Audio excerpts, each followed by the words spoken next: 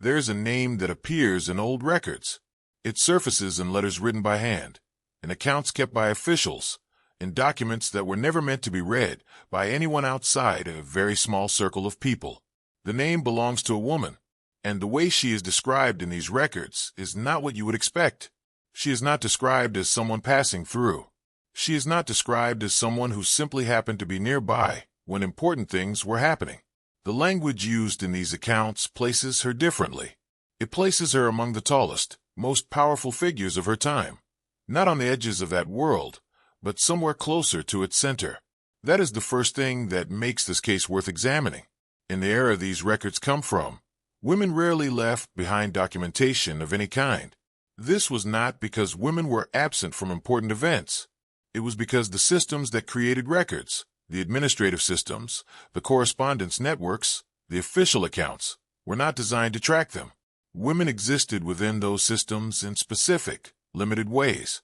They appeared in records when they married, when they inherited, when they died, occasionally when they were connected, by blood or by relationship, to someone the record keepers considered significant. The records that did survive about women from this period tend to share certain qualities. They are brief. They are functional. They answer a specific question and then stop. They do not linger. They do not suggest complexity.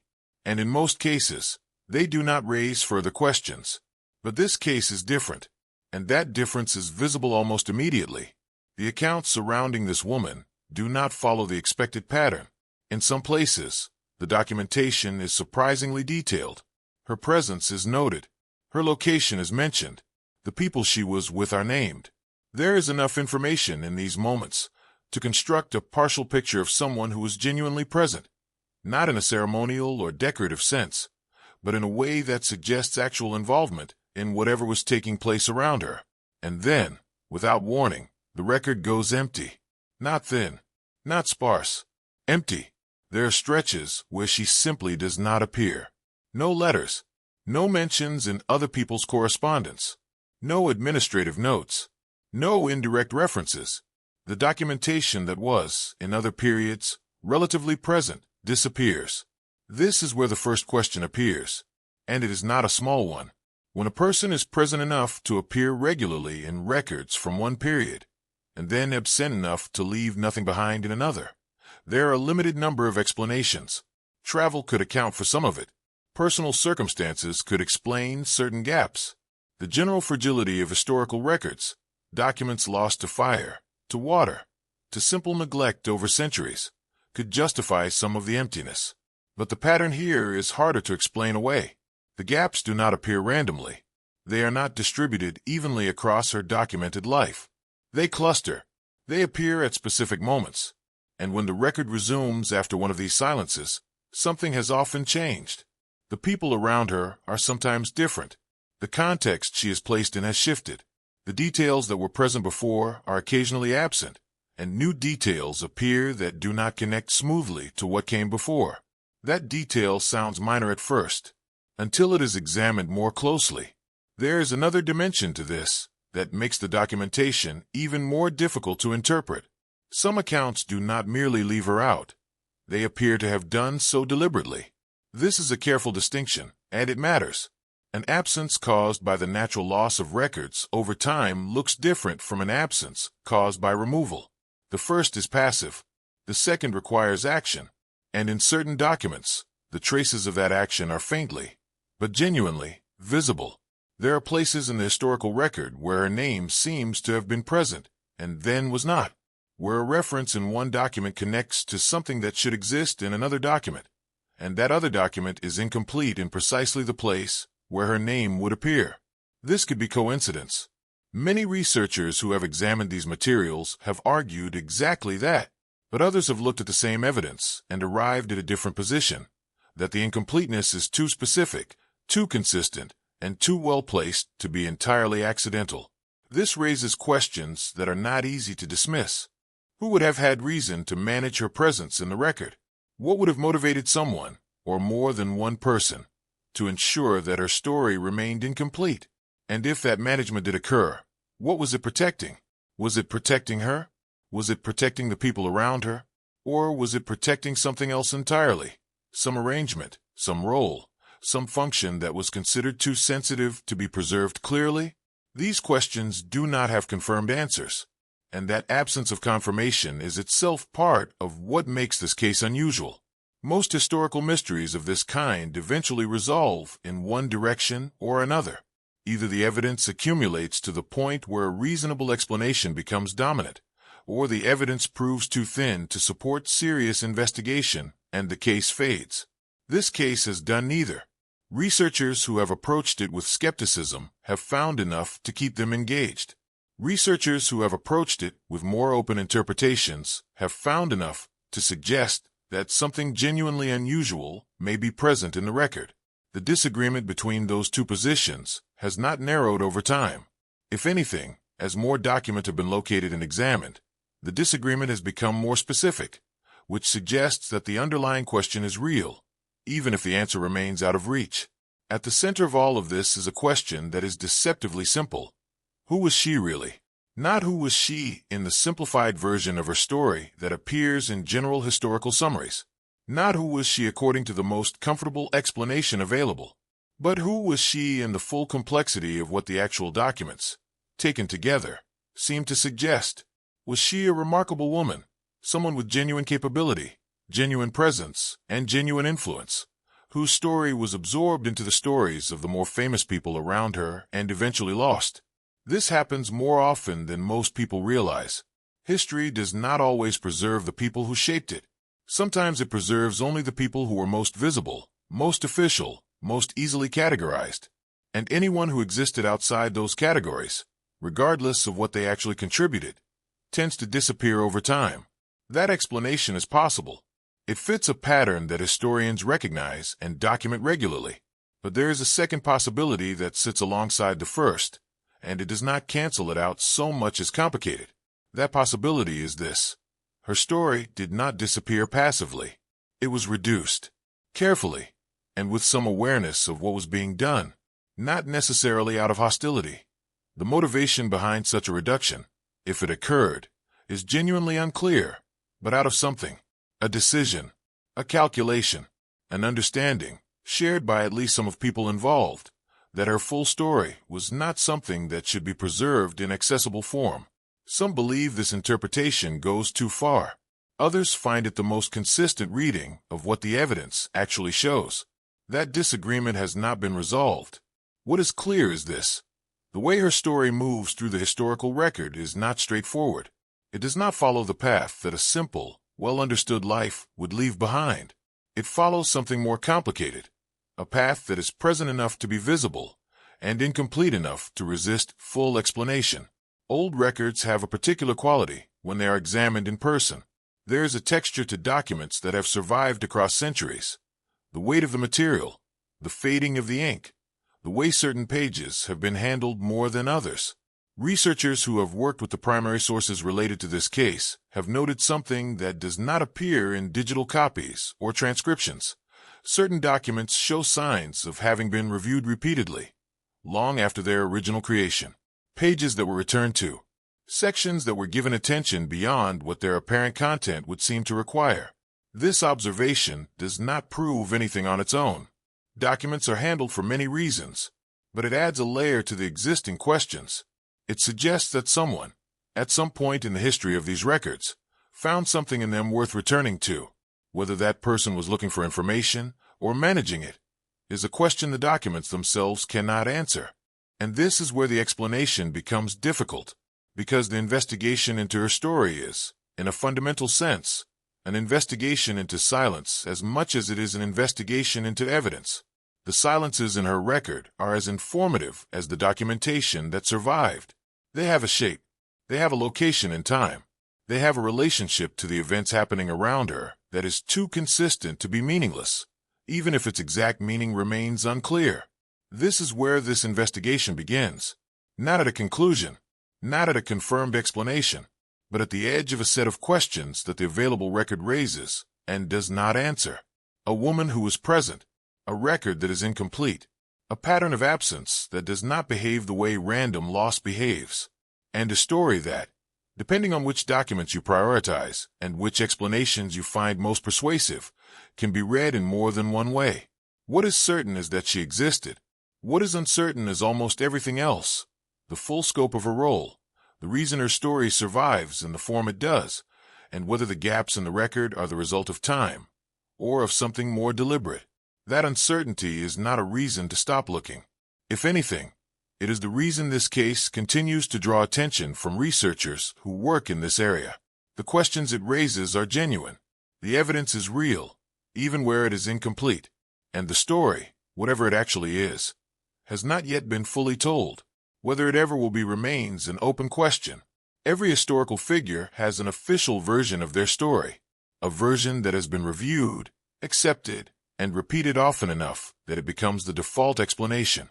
It is the version that appears in reference books, in academic summaries, in the kinds of sources that most people consult when they want a reliable answer.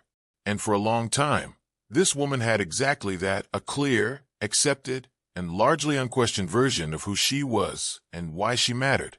The accepted version is not complicated. It presents her as a woman of her era, someone who was educated, socially aware, and present in certain important circles, not because of anything she did independently, but because of the people she was connected to. That is the foundation of the official explanation. Her presence in the historical record, according to this version, was borrowed. It came from proximity. She was near important people, and that nearness is what made her visible. This kind of explanation is not unusual in historical research. It applies to many figures from the same period, people whose names appear in records not because of their own actions, but because of who they stood beside. History has always worked this way to some extent. The closer you were to power, the more likely you were to leave a trace, and the official account of her story fits comfortably within that framework. According to the consensus, the connections that placed her in important spaces were relatively straightforward. A family relationship that gave her access to a particular social environment. A personal connection that brought her into contact with individuals whose lives were being carefully documented. Nothing in this picture is considered unusual. Nothing requires a deeper explanation. She was there because she was connected to people who were there. That is the logic the official version relies on, and for many years, it was considered sufficient. The picture this version creates is a specific one. She is presented as a figure who existed at the margins of significant events, present, but not central, aware but not involved, connected but not influential. It is a portrait of someone whose story is mildly interesting in the way that many peripheral historical figures are interesting, as context, as background detail, as evidence of the social world that surrounded the people who are considered truly important. Most accepted sources present exactly this picture, and most readers, encountering her name for the first time through these sources, would have no reason to question it. The explanation is clean.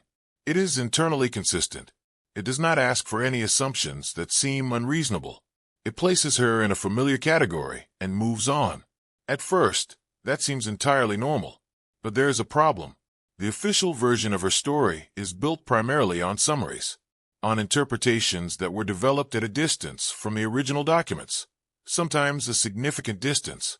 And when you move away from those summaries and begin to read the actual records directly, something begins to shift. Not dramatically, not in a way that immediately overturns anything, but the shift is there, and it is consistent enough to be taken seriously. The original documents do not always say what the summaries suggest they say. This is not an uncommon discovery in historical research. Summaries simplify by nature. They select certain details and leave others behind. They organize information in ways that make a coherent narrative possible, and that process inevitably involves choices. Choices about what to include, what to reduce, and what to treat as background noise. Those choices are not always wrong, but they are always choices. And the question that emerges when you read the primary sources directly is whether the choices made in constructing the official account of her story were the right ones. In some of the original records, her presence is described in ways that do not fit easily into the category of peripheral figure. The language used to reference her is not always the language you would use for someone who simply happened to be nearby. There are moments in these documents where the phrasing suggests something closer to recognition, as though the person writing understood that she was significant in some way that the official explanation does not fully capture. That detail sounds minor at first, until it is examined more closely. Because language in historical documents is rarely accidental, people who wrote formal records and correspondence in this period were generally careful with their words. They understood that what they committed to paper had weight. They did not typically use language that implied significance unless they perceived significance. And the fact that certain documents use language around her that goes slightly beyond what the official explanation would predict is worth pausing on. This raises questions that the accepted version does not address. If she was genuinely peripheral, if her presence in these spaces was entirely explained by proximity to others, why would the people writing about her occasionally use language that suggests something more? Why would certain documents treat her as a point of reference rather than simply a detail in someone else's account? These are not dramatic questions. They are quiet ones, but they do not have clear answers within the framework the official version provides. And this is where the explanation becomes difficult. The official account, to its credit, does not ignore these moments entirely. Historians who have worked within the consensus framework have encountered the same language, the same references, the same small details that seem slightly out of place. Their response has generally been to absorb those details into the existing explanation, to argue that proximity alone can generate a certain kind of recognition, and that the language in question does not necessarily imply anything beyond what the official version already claims. That is a reasonable position. It is defensible, but it requires a particular reading of the documents, one that consistently resolves ambiguity in the direction of the simpler explanation. And when a pattern of ambiguity is consistently resolved in the same direction, it is worth asking whether that resolution is being driven by the evidence or by the desire to preserve a clean and manageable account. Some researchers have raised exactly this concern, not loudly, not with dramatic claims, but in the quieter language of academic inquiry. A number of people who have worked closely with the primary sources have noted that the official version handles certain details with less rigor than others, that some of the evidence, which does not fit the accepted framework, is treated as peripheral, even when the reasons for treating it that way are not fully explained. Others disagree. They maintain that the official account is the most honest reading of what the documents actually show, that the alternative interpretations read too much into language that was simply the convention of the period, and that the gaps in the evidence are not large enough to justify revising the consensus. Both positions exist in the current literature. Neither has fully resolved the other. What makes this ongoing disagreement significant is not the intensity of it. It is, by most measures, a relatively quiet debate conducted among specialists. What makes it significant is that it exists at all. The official version of her story has been in place long enough, and has been repeated widely enough, that it carries the weight of settled understanding. Questions that persist against that kind of settled understanding tend to do so because the evidence genuinely supports them. They do not survive simply because researchers want them to. The fact that careful readers of the original documents continue to find details that the official explanation handles awkwardly is not a small observation. It suggests that the gap between the accepted version of her story and the full complexity of what the documents contain is real, even if its precise dimensions are still being worked out. And that gap is what makes this worth examining more closely. Not because the official version is certainly wrong. It may be that further research will confirm the consensus and explain the remaining ambiguities in ways that are fully consistent with the accepted account. That is a genuine possibility, and it would not be accurate to dismiss it. But it is equally possible that the official version was built on a foundation of choices about which details to foreground and which to set aside, that reflected the assumptions of the researchers who built it more than they reflected the full complexity of the evidence. And if that is the case, then what has been accepted as a settled account may be something more provisional than it appears. Old documents have a way of resisting the narratives that are built around them. They contain details that summaries leave out. They carry language that interpretations sometimes flatten. And when you sit with them long enough, when you read them not for the conclusions they are supposed to support, but simply for what they actually say, they occasionally push back against the explanations that have been placed on top of them. That is what appears to be happening here. The official version of her story is logical. It is clean. It has the appearance of a settled matter. But the original records do not always cooperate with it. And the question of why they don't, of what those small, persistent inconsistencies actually mean, remains genuinely open. That question has no simple answer. Not yet. Possibly not for some time.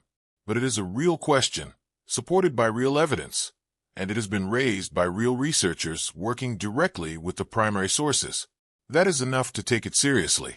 And taking it seriously means beginning to look more carefully at exactly where the official explanation holds, and exactly where it starts, quietly and without announcement, to show its limits. When investigators study a historical figure, one of the first things they look at is the pattern of mentions. Not just whether a name appears in the record, but where it appears, how often, and in what kind of document. That pattern tends to be consistent with the role a person actually played. A merchant appears in trade records and financial documents. A government official appears in administrative correspondence and formal decisions.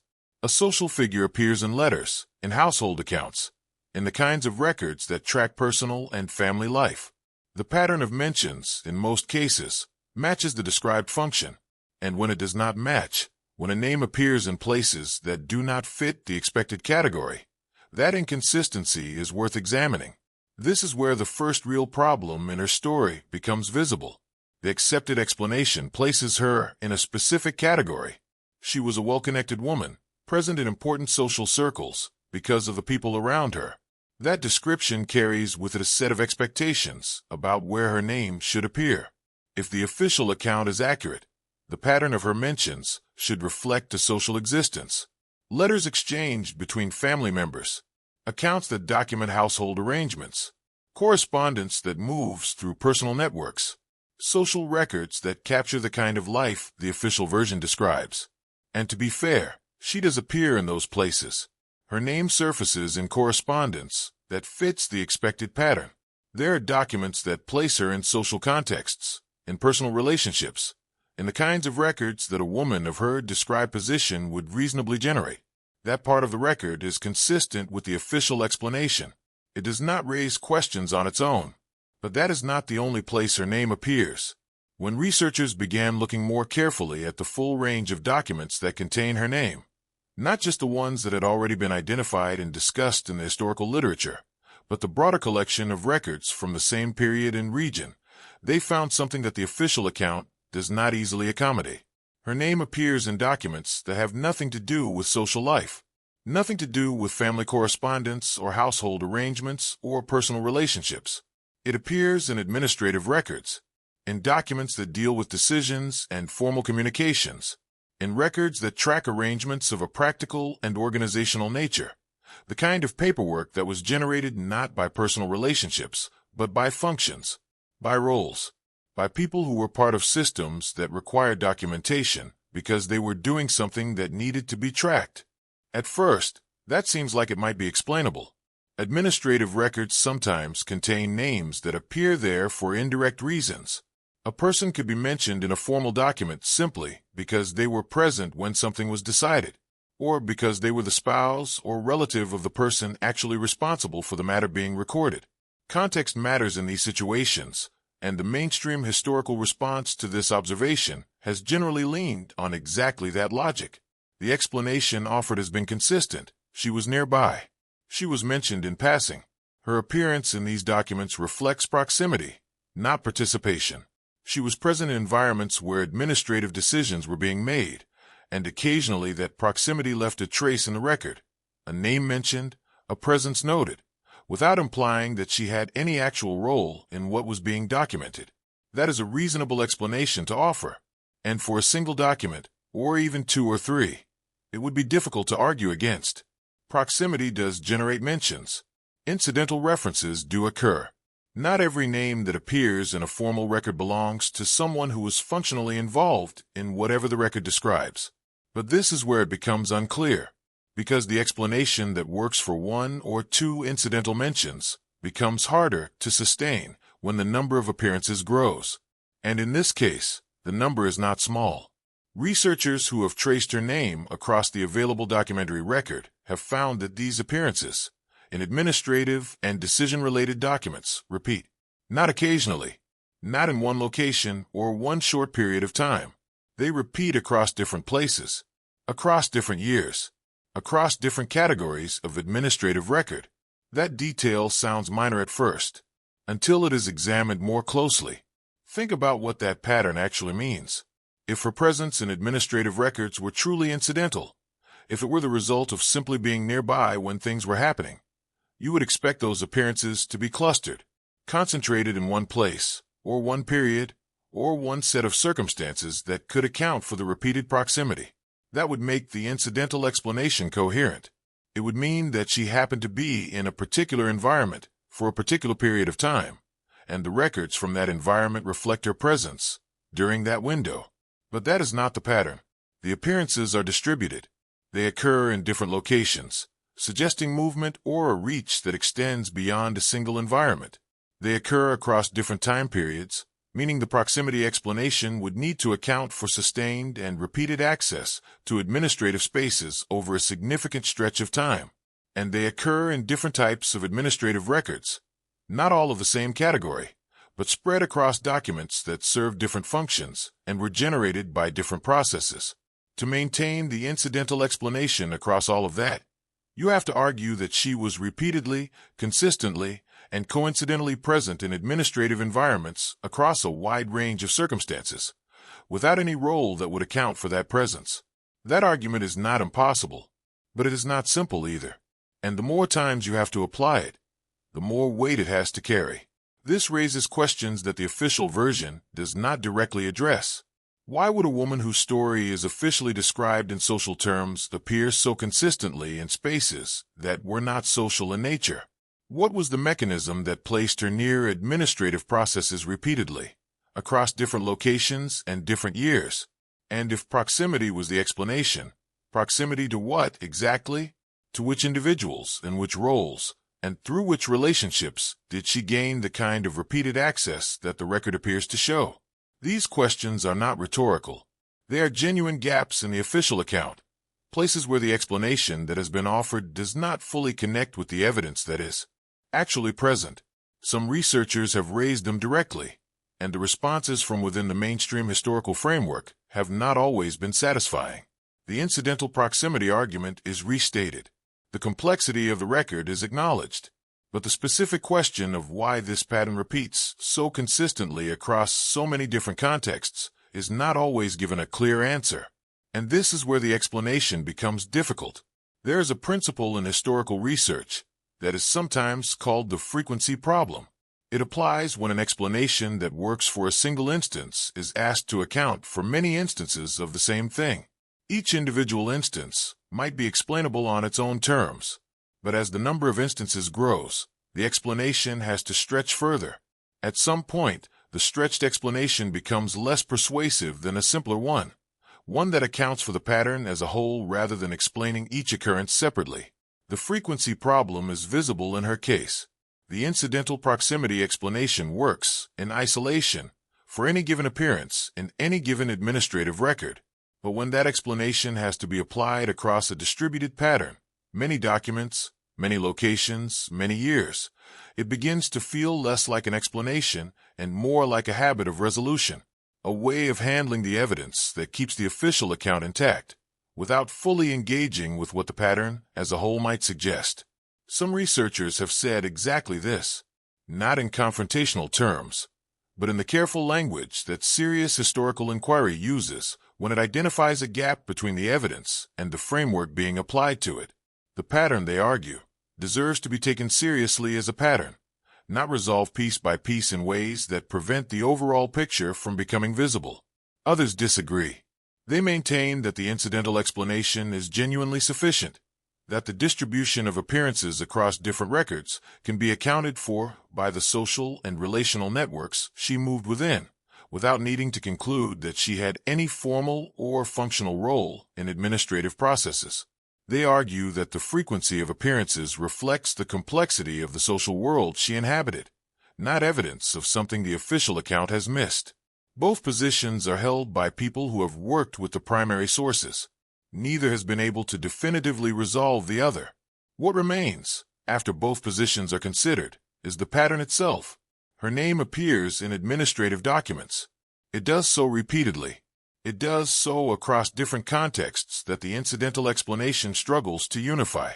And the explanation that has been consistently offered, that she was there, but not really involved, has not been supported by a detailed account of how, specifically, she came to be there so many times, in so many different places, in records that were not designed to capture social presence. That gap in the explanation is real.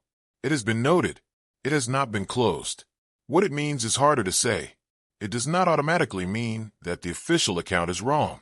It does not confirm any particular alternative interpretation.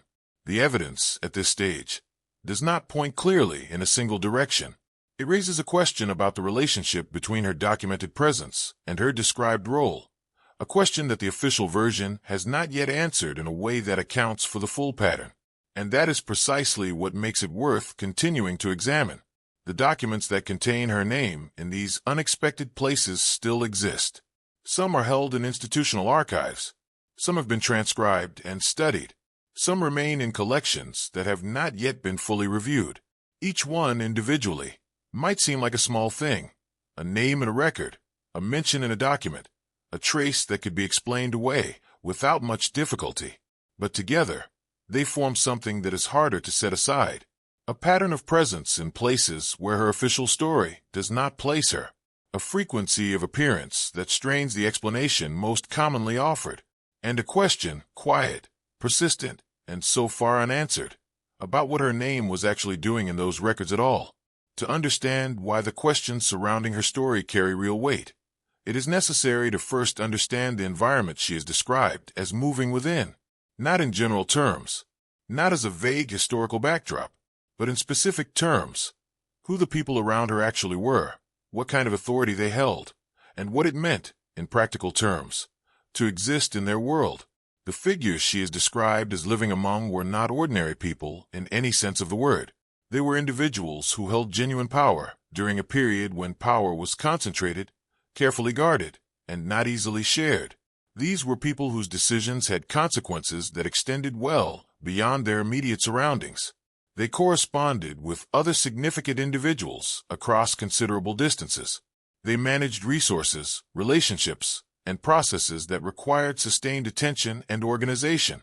And crucially, they were documented carefully, consistently, and with an awareness that what they did would matter to people who came after them. That last point is important. Documentation in this period was not automatic. It required effort, material, and intention. Records were kept because someone decided they were worth keeping, and the people whose lives generated the most documentation were, almost without exception, people whose actions were considered consequential. You did not end up in the historical record by accident when the record was being created by people who understood its purpose, which makes the environment around her something specific, not just socially elevated, functionally significant. The spaces she is described as inhabiting were spaces where real decisions were being made and real authority was being exercised. That context matters enormously when you try to understand what her presence there actually meant, because in environments like that, access was not casual. This is a point that is easy to overlook when reading historical accounts from a distance, but it becomes very clear when you examine how these spaces actually operated. Entry into the circles of powerful figures during this period was not simply a matter of knowing the right people. It was governed by function, by recognized role, by the understood answer to a simple question. Why are you here? And what is your purpose in being here? People who moved through these spaces regularly did so because they had an answer to that question. They had a function that made their presence logical, something they did, something they contributed, something that gave the powerful figures around them a reason to allow continued access. Without that function, sustained presence in those environments was not just unusual. It was, in most cases, simply not possible. And this is where the investigation into her story encounters one of its most persistent problems. When historians try to identify what her function was, what role she held that gave her a recognized reason to be present in the spaces the record places her in, the answers become difficult to pin down. Not absent, not completely missing, but vague in a way that is itself unusual. Some accounts describe her as a companion, That is a word with a specific meaning in historical contexts, and it implies a particular kind of relationship, personal, supportive, and socially defined. A companion was someone whose presence served the emotional or social needs of the person they accompanied. It was a recognized role, and it did provide a legitimate reason for access to elevated social spaces. If that is what she was, it would explain some of her presence in the record. But the companion explanation does not account for everything. And some researchers have noted that the way certain documents reference her does not fully align with what a companion's role would typically produce. A companion appears in social contexts, in personal correspondence, in accounts of daily life and household affairs. And while she does appear in those places, she also appears, as has already been established, in places that a companion would not typically reach. The companion explanation fits part of the picture. It does not fit all of it. Other accounts move in a different direction. Some of the language used to describe her relationship to the powerful figures around her implies something closer to counsel, to input, to a kind of engagement with decisions and processes that goes beyond personal support. The word advisor is not always used directly, but the implication is present in certain documents, a suggestion that her relationship to the people around her was not purely personal, but involved some form of exchange that was substantive in nature. That is a significant difference, and it is not a difference that the historical record resolves cleanly. At first, it seems like a minor terminological problem, but there is a deeper issue here. The uncertainty about her role is not simply a matter of imprecise historical language. It is visible in the documents written by people who knew her, or at least knew of her, during the period itself. These were people who were not working from summaries or secondary accounts. They had direct knowledge of the environment she was part of, and yet even in their writing, there's a quality of inexactness around her function that stands out when you compare it to how other people in the same circles are described. Other figures in these documents tend to have clear roles. When a document mentions someone, it usually does so with a sense of understood context, a position implied, a function assumed, a relationship to the powerful person at the center of the account that is taken for granted because it is known. That clarity is absent in her case. The documents that mention her do so in ways that leave her function slightly undefined, not invisible, but not clear. That detail sounds minor at first, until it is examined more closely, because the people writing these documents were not careless.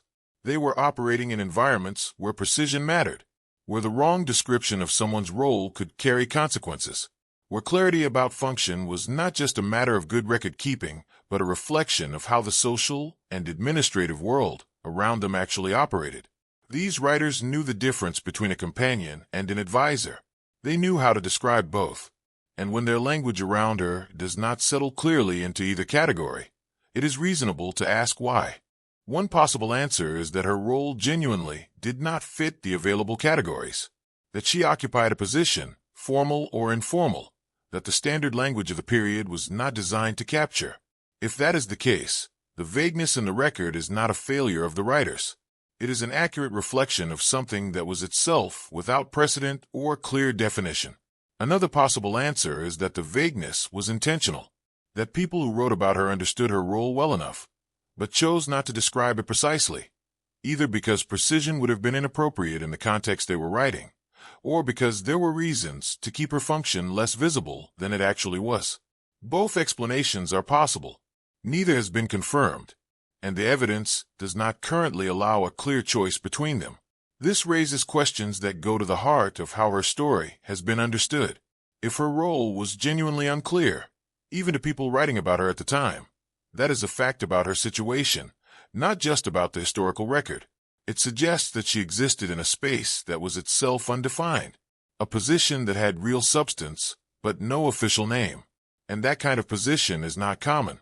It tends to emerge in specific circumstances, when someone has genuine value to the people around them, but that value cannot be, or is not being, formally acknowledged.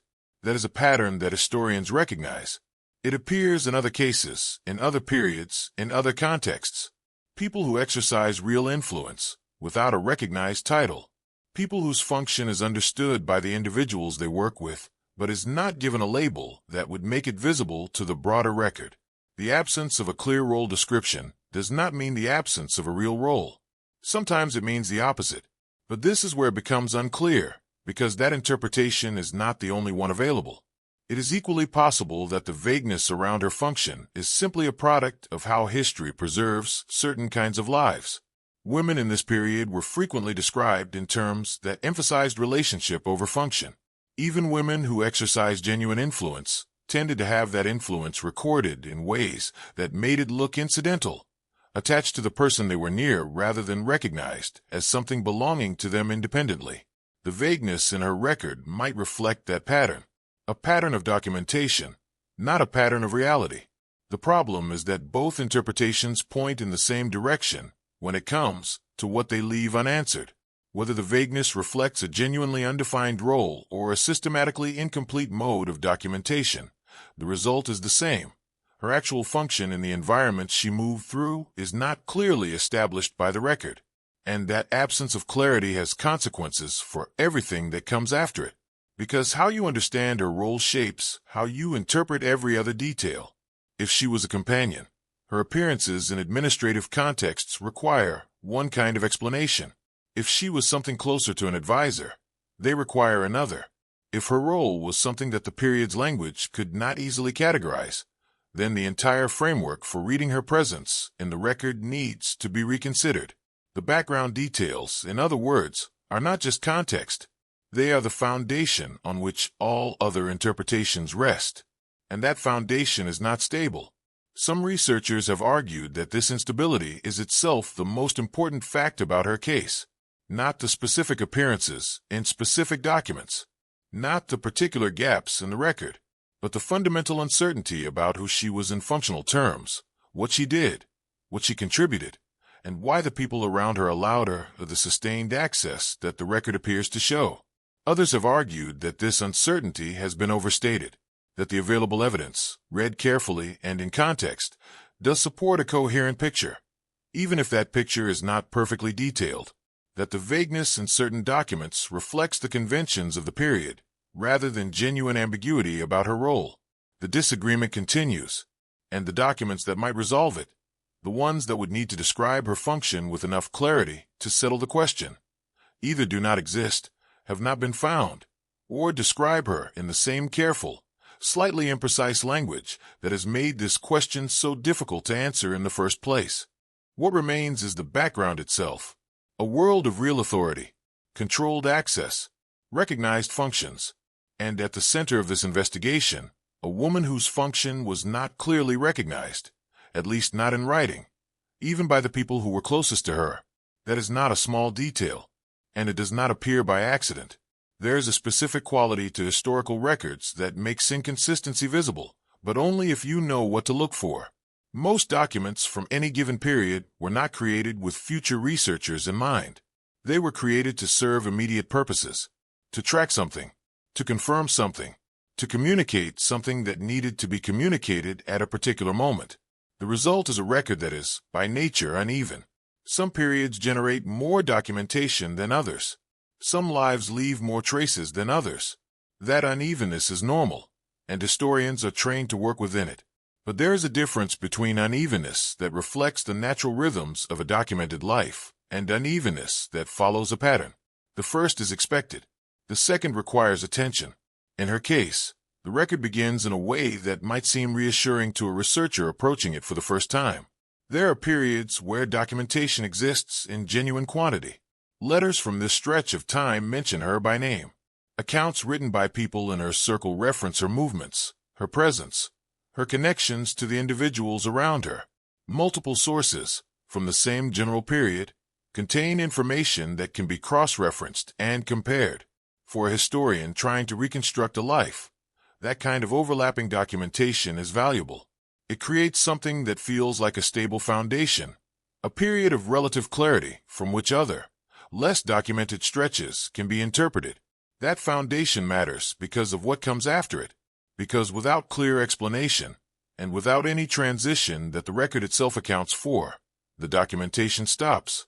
Not gradually, not in the way that records naturally thin out when a person moves to a less documented environment or enters a quieter phase of life.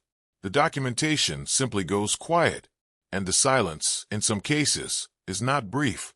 There are stretches in her documented history where years pass without her name appearing in any identified source.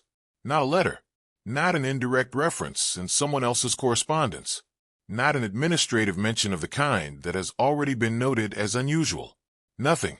The record that was present in one period is simply absent in another, and the transition between the two is not explained by anything the documents themselves contain.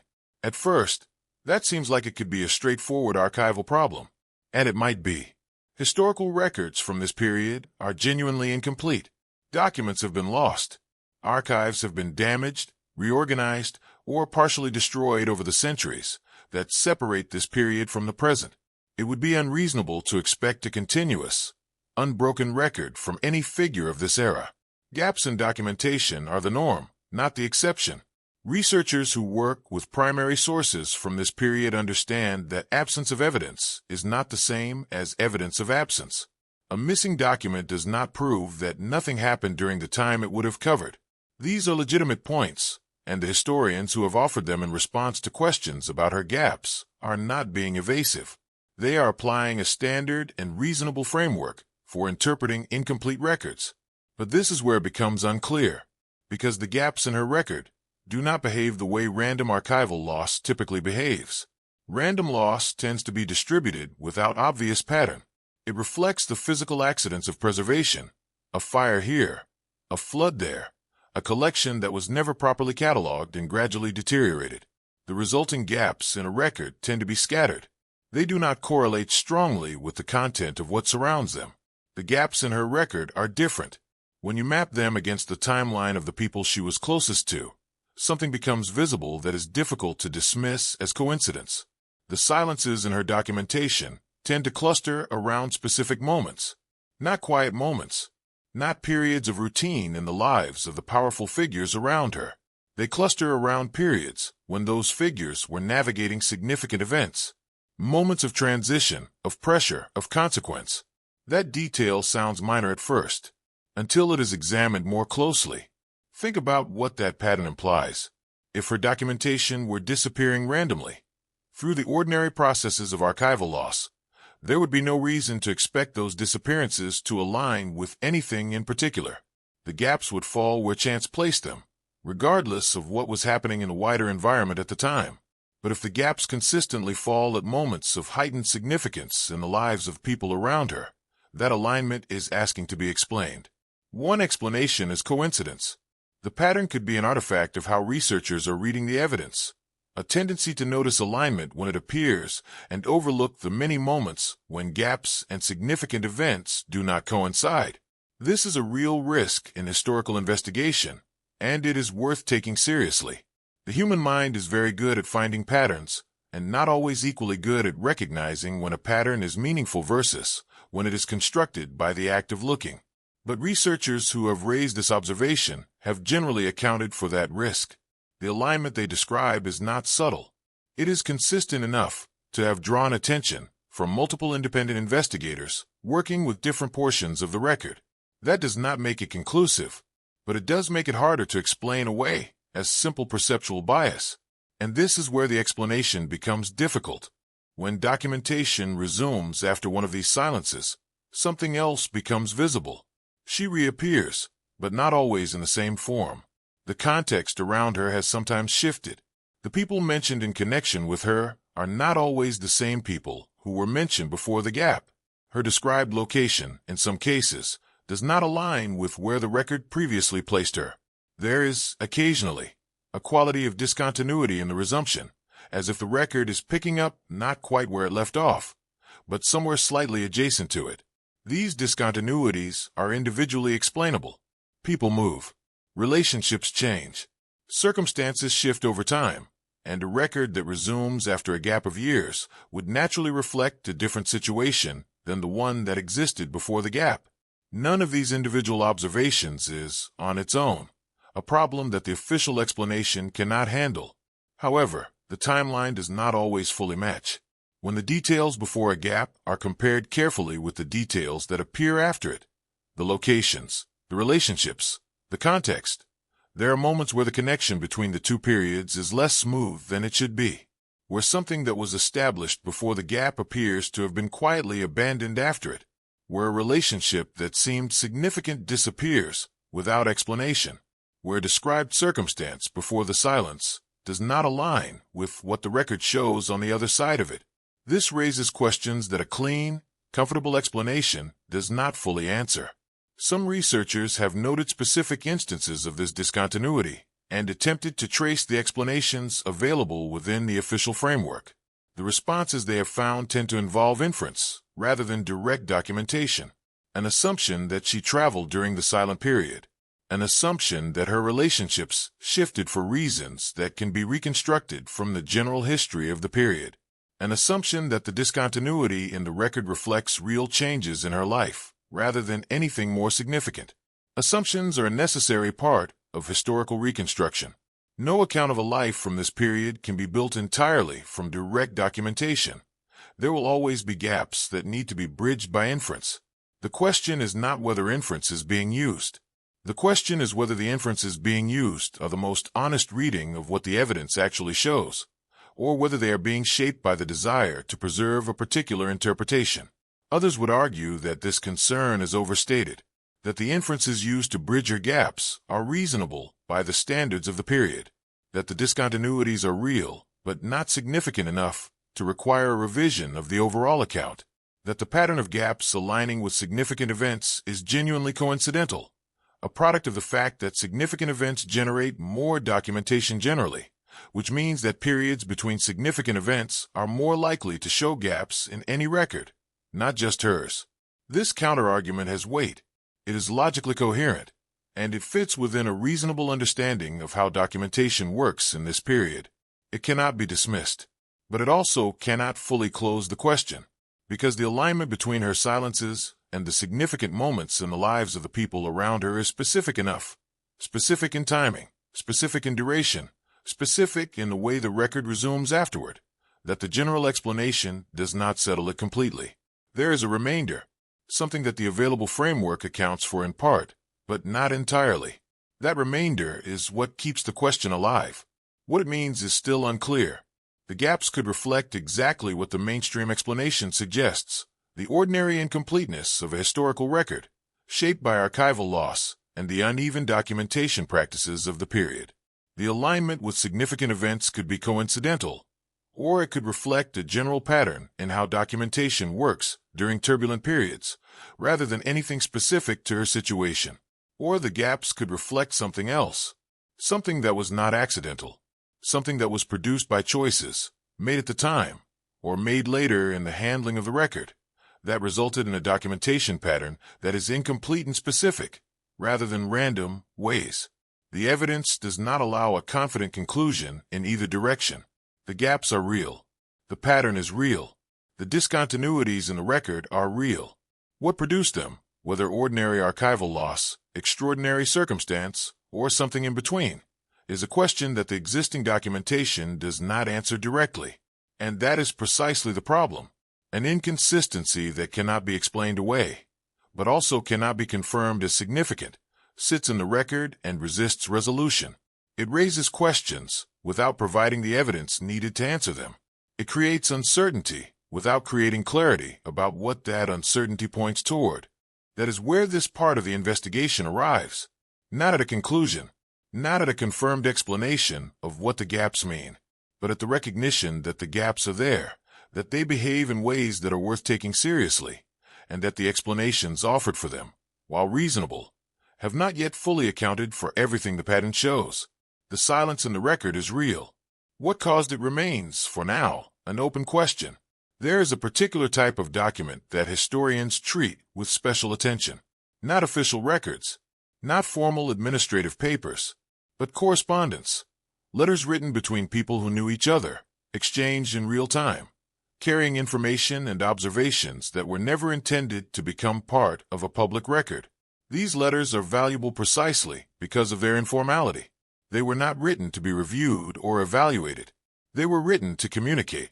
And because of that, they tend to contain a kind of honesty that more formal documents do not always carry. When investigators study a figure whose official record raises questions, correspondence becomes especially important. It offers a view of how that person was understood by the people around them, not how they were described in formal contexts, but how they were referenced in the natural flow of communication between people who had direct knowledge of the environment they moved in. In her case, the correspondence evidence is where the investigation takes a specific and significant turn. Among the letters that survive from this period, letters exchanged between figures who were themselves part of the world she inhabited. Her name appears. This is not surprising on its own. A person who was genuinely present in a particular social and administrative environment would be expected to appear in the correspondence of people from that same environment. That is exactly the kind of documentation that would be generated by real presence in a real place. What is worth examining is not simply that her name appears. It is how it appears. In historical correspondence, the way a name is introduced tells you something important about the relationship between the writer, the recipient, and the person being named.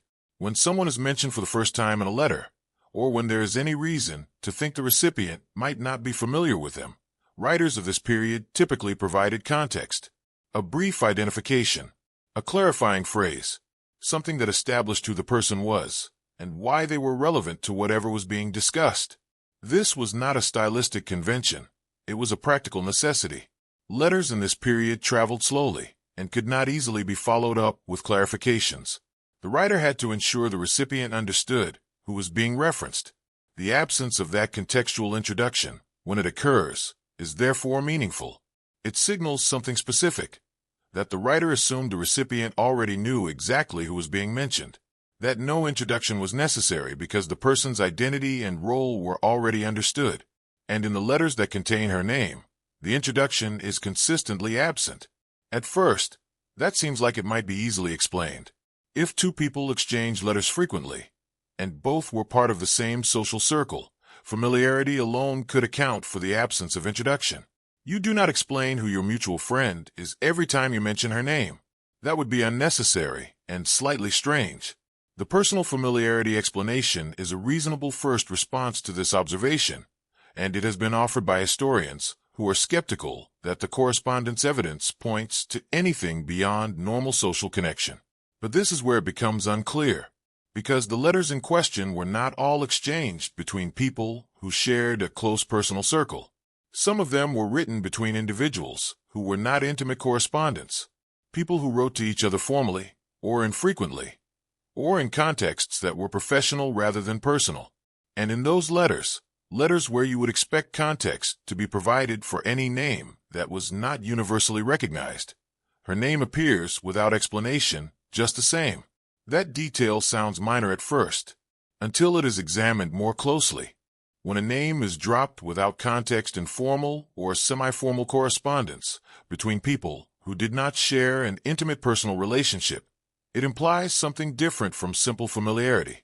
It implies that the name carried a recognized weight, that whoever the writer was addressing would understand the reference, not because of personal connection, but because the person being named occupied a position that was known within a wider circle, a recognized position, something that did not need to be explained because it was understood. This is the observation that some researchers have found most difficult to account for within the official framework. The official account places her in a social role, connected, present, but not formally significant. A social role of that kind generates a particular pattern of reference in correspondence. It generates references that are personal in tone, embedded in the context of relationships, introduced with the kind of warmth and familiarity that social connection produces. And while some of her mentions do fit that pattern, others do not. The ones that do not are the ones written in contexts where personal familiarity would not be enough to explain the absence of introduction. Some researchers have argued that this points toward something specific, that the pattern of reference in these letters reflects a recognized, if unofficial, position, something that was understood by the people in this world even if it was not formally named or administratively defined, a role that did not need to be explained in letters because everyone writing and receiving those letters already knew what it was. Others have pushed back on this interpretation. They argue that the personal familiarity explanation is more robust than it appears, that social networks in this period were tighter and more interconnected than modern readers tend to assume, and that a name could circulate widely enough through those networks to become recognizable without implying any formal significance. They argue that recognized does not necessarily mean consequential. A name can be known without the person behind it carrying real weight. That counterargument is reasonable, and it cannot be fully dismissed. However, the timeline and distribution of these references does not fully match what the personal familiarity explanation would predict. If her name were circulating through a tight social network in the way that explanation requires, you would expect the references to cluster, to appear in correspondence between people who are themselves closely connected, who share the same immediate social world and would naturally share knowledge of the same individuals. A name that spreads through personal familiarity stays close to its source. It appears in the letters of people who know each other well, in contexts that reflect shared social experience. But the references to her name in the correspondence record are not clustered in that way. They are distributed. They appear in letters between people who are not always closely connected to each other, between writers separated by geography, by social position, by the nature of their respective relationships to the wider environment she was part of. The distribution is wider than a tight social network would typically produce. And the consistency of the references, the same absence of introduction, the same assumption of recognized significance, holds across that wider distribution. This raises questions that the personal familiarity explanation does not fully resolve. How did her name come to be known in circles that were not directly connected to each other? What was the mechanism by which someone became recognizable across a distributed network of correspondents who did not all share the same intimate social world? And why, in letters where other names are sometimes introduced with context, does hers appear without it, consistently, across different writers, different locations, and different years? The consistency is the part that is hardest to explain away. A single letter dropping her name, without introduction, could easily be attributed to the specific relationship between two particular writers. 2 or 3 letters doing the same could still be accounted for by overlapping personal connections. But when the pattern holds across a wider range of correspondence, when different writers, who do not all know each other well, all treat her name as something that requires no explanation, the personal familiarity argument has to work very hard to account for it. And this is where the explanation becomes difficult, because the most straightforward reading of this correspondence pattern is that her name was recognized not just personally, but in some broader sense, that the people writing these letters understood who she was and what she represented, not because they all knew her individually, but because she was associated with something that gave her name a recognized meaning within the world they all inhabited. What that something was is the part the letters do not clearly state. They reference her. They assume understanding, but they do not explain the understanding they are assuming. And that absence, the gap between the reference and the explanation that never comes, is where the investigation finds itself unable to move forward with confidence.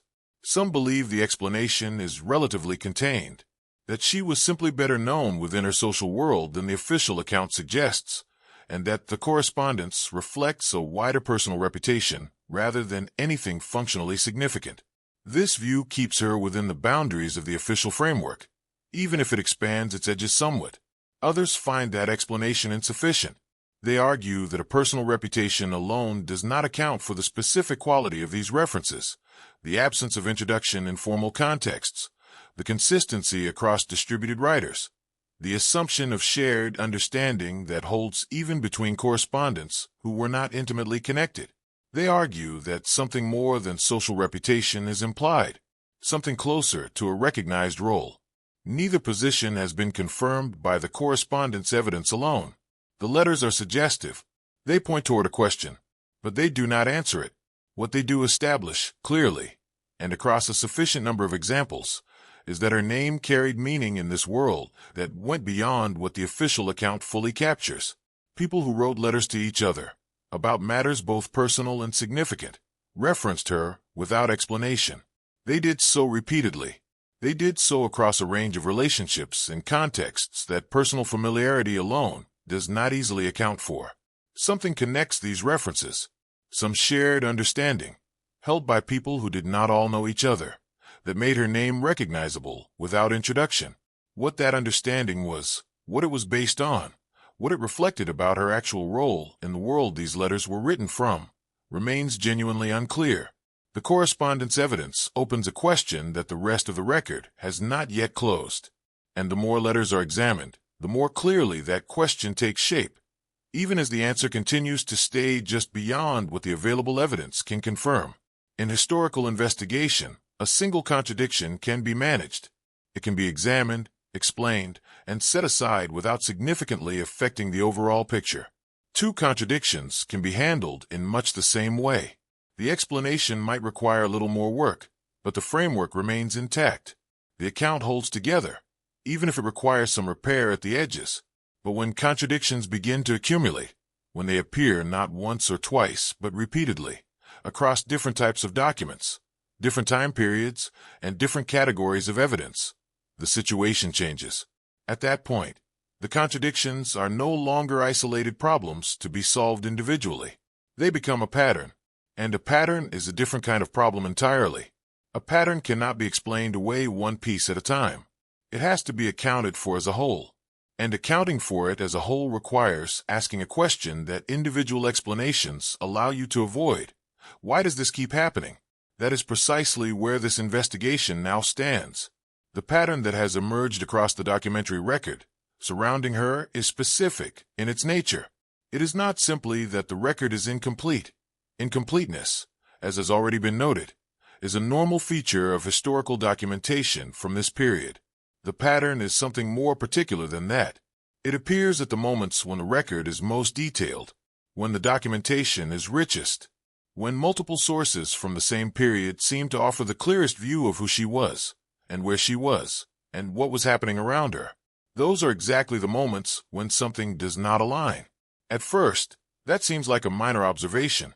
But there is a problem, because most people would expect the opposite to be true. When documentation is abundant, the expectation is that it should be more consistent, not less. More sources covering the same period should produce a clearer picture. Cross-referencing becomes possible. Details can be confirmed across independent accounts. The density of documentation is normally an advantage. It reduces the uncertainty that thinner records leave behind. But in her case, the dense periods are also the contradictory ones. The moments where her record is most populated with sources are the same moments where those sources disagree with each other in ways that cannot all be correct simultaneously. The contradictions take a specific form. A letter places her in one location during a particular period. An administrative record from that same period places her somewhere else. These are not distant locations that could be reconciled by fast travel or imprecise dating. In some cases, the locations are far enough apart, and the dates close enough together, that both accounts cannot be simultaneously accurate. One of them is wrong, or one of them is not referring to the same person, or something else is happening that the available evidence does not explain. The location contradictions are one category. There are others. Personal accounts written by people who were present at specific events describe her as being there. The same events are described in separate accounts, sometimes written by other people who were also present, and those accounts do not include her at all. This is not a situation where she appears in one source and is simply absent from another. The accounts that exclude her are not silent about the event itself. They describe it in some detail. They mention other people who were present. They construct a record of what happened and who was involved. And in those constructions, she does not appear. That detail sounds minor at first, until it is examined more closely. When two accounts of the same event reach opposite conclusions about whether a specific person was present, at least one of them is producing a picture that does not match reality. The question is which one, and more importantly, why. Was she present and excluded from certain accounts? Was she absent and included in others? Or is something more complicated happening? A situation where different accounts were constructed from different information, different perspectives, or different purposes. None of these questions has a clean answer, and the fact that they arise not in one instance, but across multiple events, across different periods and different types of documentation, makes them harder to dismiss. The standard explanations have been applied. Letters were sometimes misdated, particularly when they were copied or transcribed at a later point, which introduces the possibility that a letter appearing to describe one period was actually written about another. Accounts written from memory, especially those composed well after the events they describe, are known to contain inaccuracies. People misremember locations, misplace individuals, and reconstruct scenes in ways that do not always match the documentary evidence. Records that were copied by hand across multiple generations of transcription are susceptible to errors that accumulate over time, sometimes changing details in ways that are significant but not immediately visible. These are all genuine phenomena. They are real features of historical records from this period, and they have been used to resolve contradictions in many other cases with good reason. But this is where it becomes unclear, because applying these explanations to her case requires something specific. It requires deciding, for each contradiction, which source is the reliable one and which contains the error. And when that decision is examined across multiple contradictions, a pattern appears in how those decisions are being made. The sources that align with the official account tend to be treated as reliable.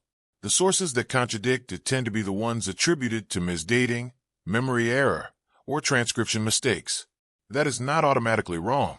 The official account was constructed on the basis of what researchers considered the most reliable evidence, and it is reasonable to give more weight to sources that are consistent with the well-established framework.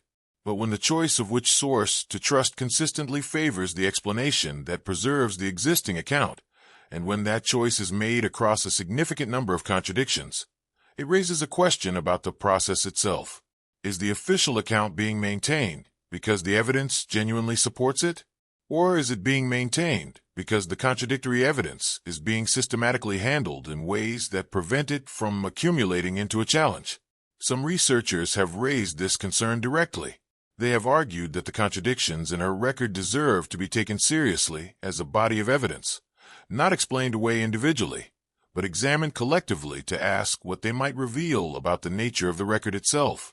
Their position is that a pattern of contradiction this consistent is more likely to reflect something real about her situation than to reflect a series of independent archival accidents that happen to all point in the same direction. Others disagree. They maintain that the contradictions are genuine archival problems, the kind of inconsistencies that appear in many records from this period when examined closely enough. They argue that the pattern is being constructed by selective attention, that researchers focusing on her case are noticing contradictions that would be present in any similarly dense historical record, and attributing significance to a level of inconsistency that is actually normal. Both positions are held by people who have worked seriously with the evidence. Neither has been able to fully resolve the other, and that ongoing disagreement is itself significant, not because disagreement proves anything, but because it reflects the genuine difficulty of the evidence and the genuine inadequacy of any single explanation to account for all of it. And this is where the explanation starts to weaken. There is a deeper question embedded in the pattern of contradictions, and it is one that goes beyond the specific details of any individual document.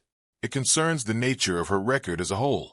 The contradictions that appear in the richest periods of documentation suggest something about how that documentation was created. Multiple sources, from the same period, with access to the same environment, producing accounts that disagree about basic facts. Where she was, whether she was present, what her relationship was to the events being described. This suggests that the people creating those records did not all share the same understanding of who she was. They were not all working from the same information, or they were working from the same information and interpreting it differently, or they were deliberately constructing accounts that served different purposes and were not meant to be read alongside each other. Some believe the first explanation is most likely, that her story was genuinely understood differently by different people, that she occupied a position complex enough that multiple, non-identical accounts of it could emerge from the same period without any single account being simply false. In this view, the contradictions are a reflection of real complexity, not error or deliberate manipulation. Others believe the contradictions point towards something more intentional, not necessarily that a single authority was managing her record from above, but that different versions of her story were allowed to coexist, perhaps even encouraged to coexist, because no single version was meant to be the definitive one. A fragmented record is harder to read than a consistent one. If different accounts send different signals about who she was and what she did, the result is a picture that resists clear assembly. Whether that resistance was planned or simply permitted is a question the evidence does not answer. What the evidence does show is the result, a record that becomes most contradictory precisely when it becomes most detailed, a pattern of inconsistency that survives close examination rather than dissolving under it, and a set of explanations, individually reasonable, collectively insufficient, that have been applied to those contradictions without resolving the pattern they form. The pattern does not disappear when you look more closely. In many cases, it becomes more visible, more specific, more difficult to set aside as the ordinary noise of imperfect historical record-keeping. What it means, whether it reflects the complexity of her actual situation, the limitations of how she was documented, or something more deliberate about how her story was managed, remains an open question, one that the contradictions raise clearly, and that the available evidence has not yet answered.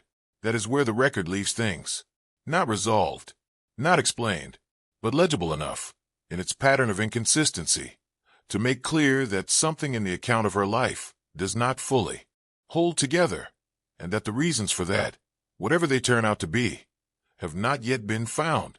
Most historical investigations have a natural boundary.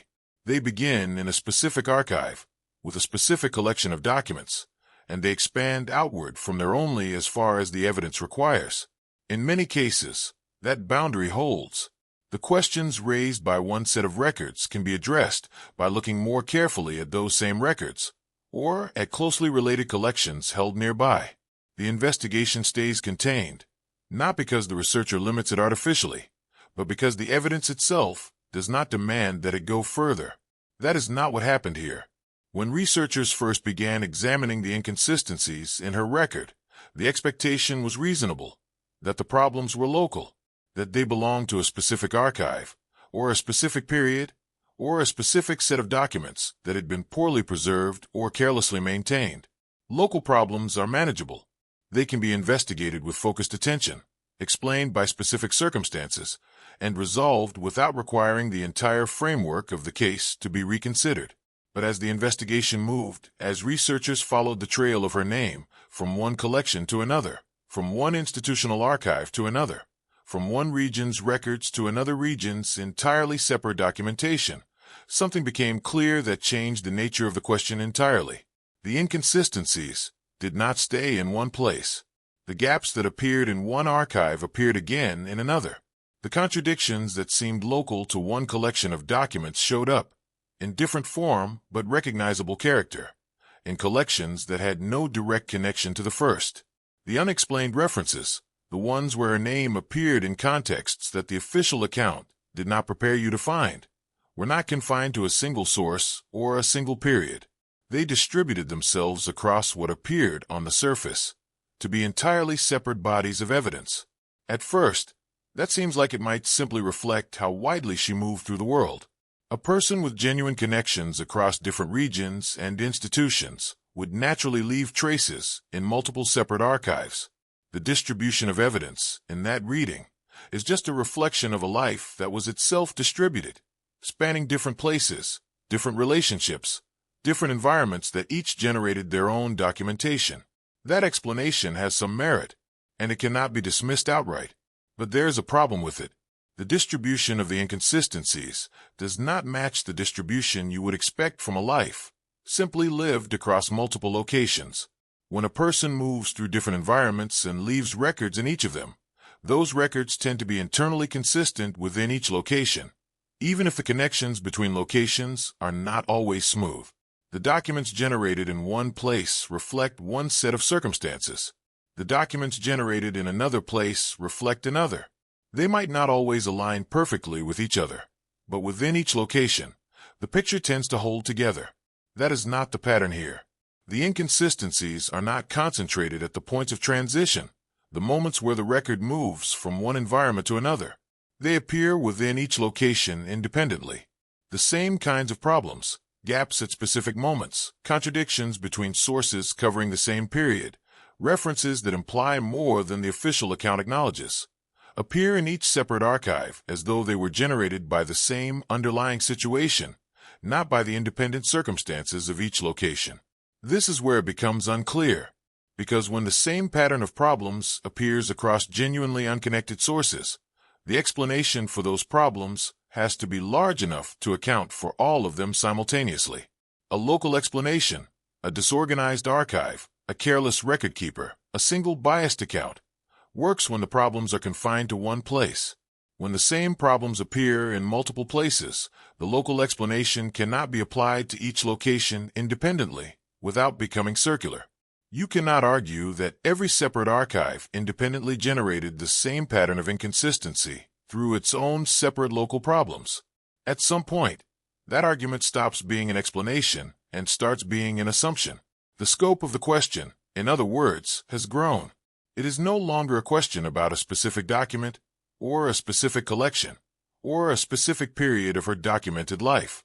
It is a question about why the same kinds of problems follow her record wherever the record has been found, across institutions that did not share the same administrators, across regions that did not share the same record-keeping practices, across time periods that did not share the same circumstances.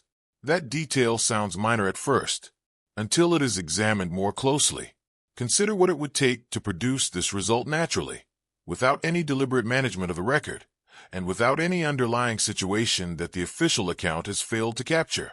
You would need to argue that the same archival accidents occurred, in similar patterns, across multiple independent collections, that the same kinds of gaps appeared at the same kinds of moments in records generated by different institutions in different places, that the same quality of contradiction between sources emerged, independently, in archives that had no connection to each other. That is not impossible. Historical research does occasionally reveal that similar problems appear across different collections for reasons that have nothing to do with the subject of the investigation. Bad archival practices in one period could affect multiple institutions simultaneously. A general incompleteness in the historical record of a particular era could produce similar gaps wherever records from that era are examined. Some researchers have argued exactly this. They maintain that the distribution of inconsistencies across multiple archives is not a feature of her case specifically. It is a feature of the period and of the kind of records being examined. In their view, any figure from this era and environment, examined with the same level of detail, would show similar patterns of inconsistency across similarly distributed collections. The problems in this reading belong to the record-keeping of the time, not to anything particular about her story. And this is where the explanation becomes difficult, because this argument, while reasonable in general terms, has been tested in a specific way. Researchers who have raised it have also looked at other figures from the same period and environment, people whose lives were documented through the same kinds of archives, in the same kinds of records, across similar geographic distributions. And while those other figures do show the normal incompleteness that is expected from records of this era, they do not consistently show the same pattern of specific inconsistency. The gaps at particular moments, the contradictions between accounts of the same events, the unexplained references, that appears in her case. That comparison does not prove that her record is uniquely managed or uniquely significant. Comparative analysis in historical research is complex, and the absence of a pattern in one case does not automatically make its presence in another case meaningful. But it does weaken the argument that the distribution of inconsistencies across her record is simply a product of the period. If the period were responsible, the pattern should be more evenly distributed across the figures who inhabited it. Some researchers have suggested that the most honest way to read the distribution of inconsistencies is to take it at face value, to acknowledge that the pattern follows her record across multiple archives, because there is something about her record, specifically, that generates it. What that something is, they are careful not to define too precisely. The evidence does not support a precise definition, but the suggestion is that her story, at some level, was never constructed in a way that was meant to be fully assembled, that the pieces were kept separate, distributed across collections that a single researcher would not easily connect, in a way that made the complete picture difficult to see. Others find this interpretation an overreach. They argue that the evidence of distribution across archives is interesting, but not sufficient to support a conclusion about deliberate fragmentation.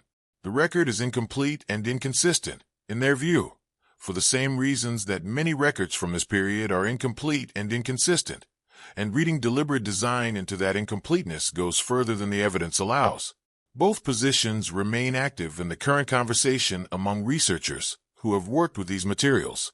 Neither has produced a response that the other side has accepted as definitive, and the disagreement itself reflects something real about the evidence, that it is genuinely ambiguous in ways that allow different, reasonable interpretations to coexist. What is not ambiguous is the scope.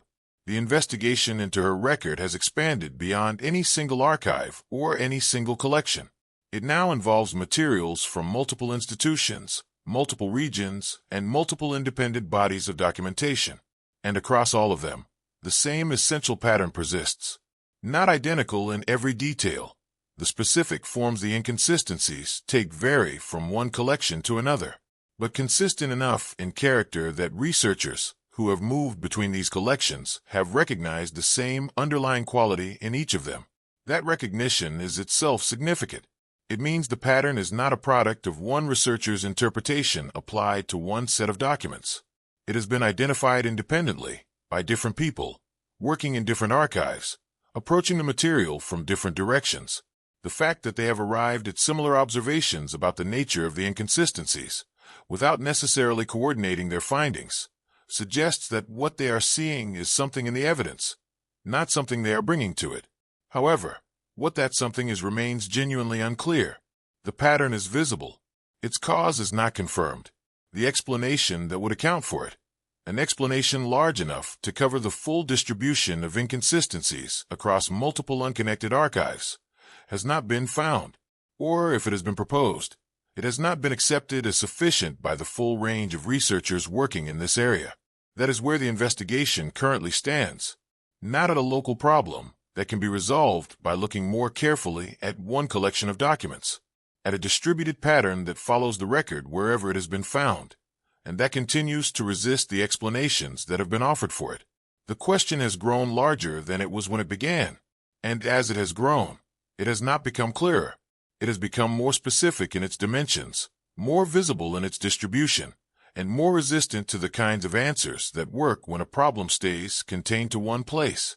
Why the pattern keeps appearing wherever the investigation goes is a question that remains open, and it is one of the central questions that any serious examination of her record eventually has to confront.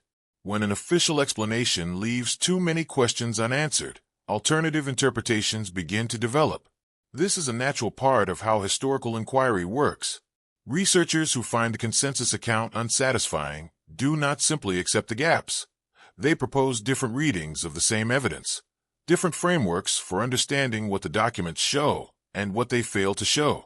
Those alternative readings are not always correct, but they serve an important function.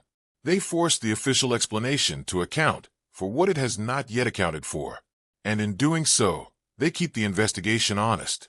In her case, the official explanation has left enough open that several distinct alternative interpretations have emerged. They are not minor variations on the same theme.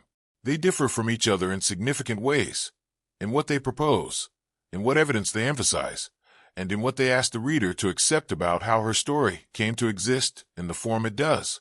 Understanding each of them separately is important, because each one illuminates a different dimension of the problem. The first interpretation begins with the observation that her presence in spaces of genuine authority, spaces where real decisions were being made by real people with real power, cannot be fully explained by the official account. The official account places her at the edges of those spaces, near them, but not truly inside them, connected to them through other people, but not participating in them independently. This first alternative view challenges that picture directly.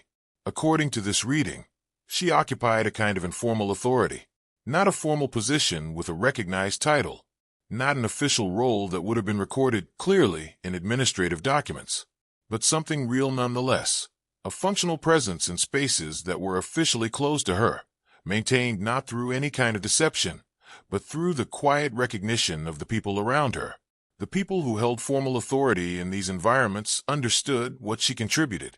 They allowed her continued access because that access served a purpose, and because her role was never formally named. It was also never formally recorded in the way that named roles were recorded. This interpretation has a certain internal logic. It draws on a pattern that historians recognize from other contexts: the existence of people who exercise genuine influence without holding recognized positions, people whose contributions shape decisions without being credited in the documentation that those decisions generated. This is not a rare phenomenon.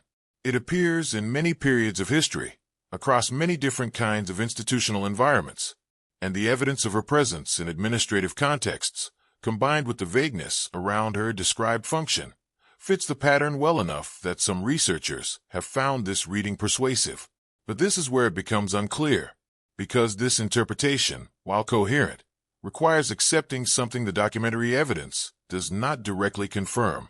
It requires believing that a sustained informal role, real enough to generate the pattern of presence visible in the record, operated entirely without leaving a clear trace of its own nature. No document directly names what she did. No correspondence explicitly describes the function she served. The interpretation fills a gap in the evidence with a proposed explanation, but it cannot point to a source that confirms the explanation directly. That does not make it wrong, but it does mean it remains an interpretation rather than a finding. The second interpretation moves in a different direction.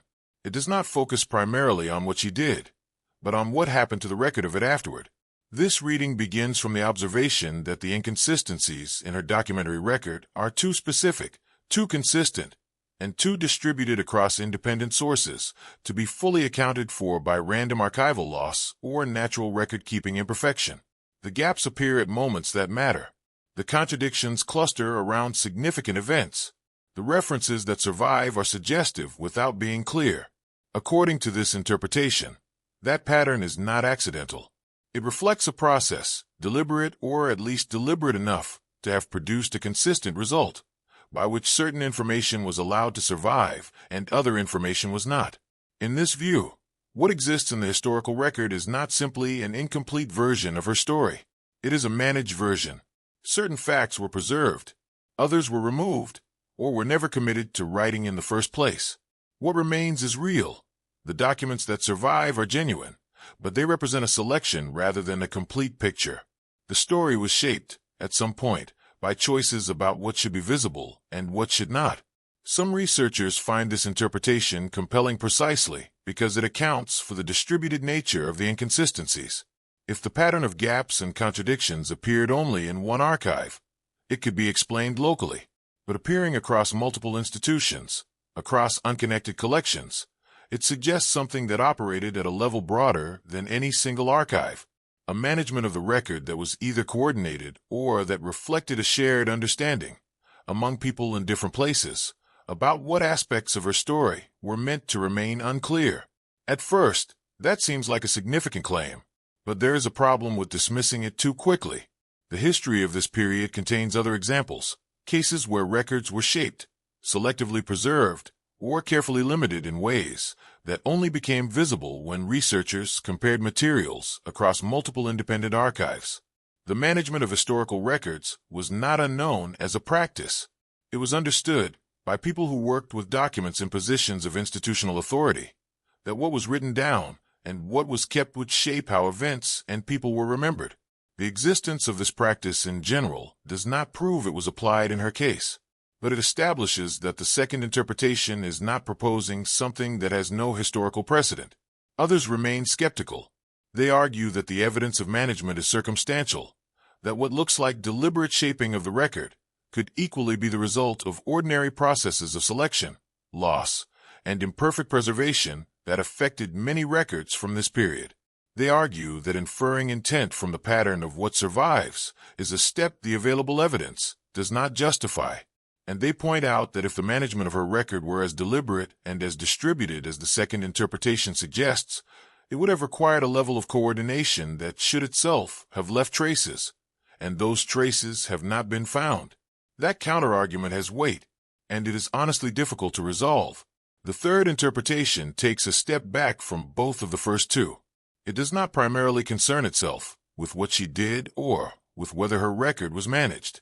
Instead, it raises a question about the investigation itself, about what researchers are actually looking for when they examine her case, and whether the search for a coherent answer is itself shaping what they find. This third view argues that the mystery surrounding her story is partly a product of methodology.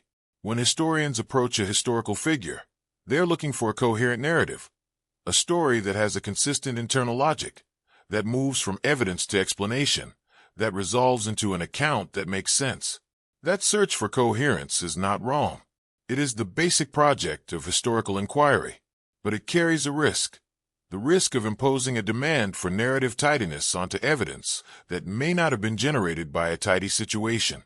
According to this interpretation, she may simply have been a person whose life did not produce a coherent documentary record, not because that record was managed or because her role was exceptional, but because the circumstances of her existence were complicated in ways that generated inconsistent documentation naturally.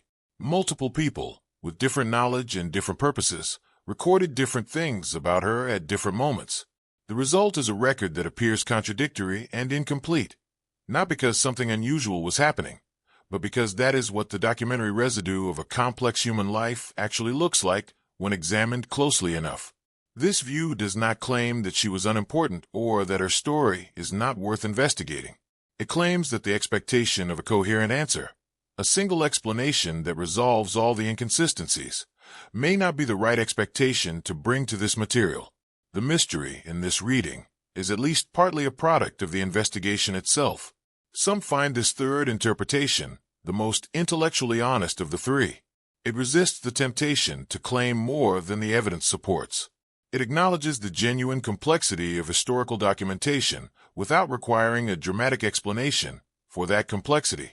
And it places responsibility on the researcher to examine their own assumptions about what historical evidence should look like. But others argue that the third interpretation uses methodological caution as a way of avoiding a genuine problem. They point out that the inconsistencies in her record are not simply the ordinary complexity of historical documentation. They are specific in character, distributed in ways that are unusual, and resistant to the kinds of explanations that resolve similar problems in other cases from the same period. Attributing all of that to the general messiness of historical evidence, in their view, understates the specificity of what the record actually shows. And this is where the explanation becomes difficult, because each of these three interpretations has exactly this quality. It accounts for part of the evidence clearly and struggles with another part.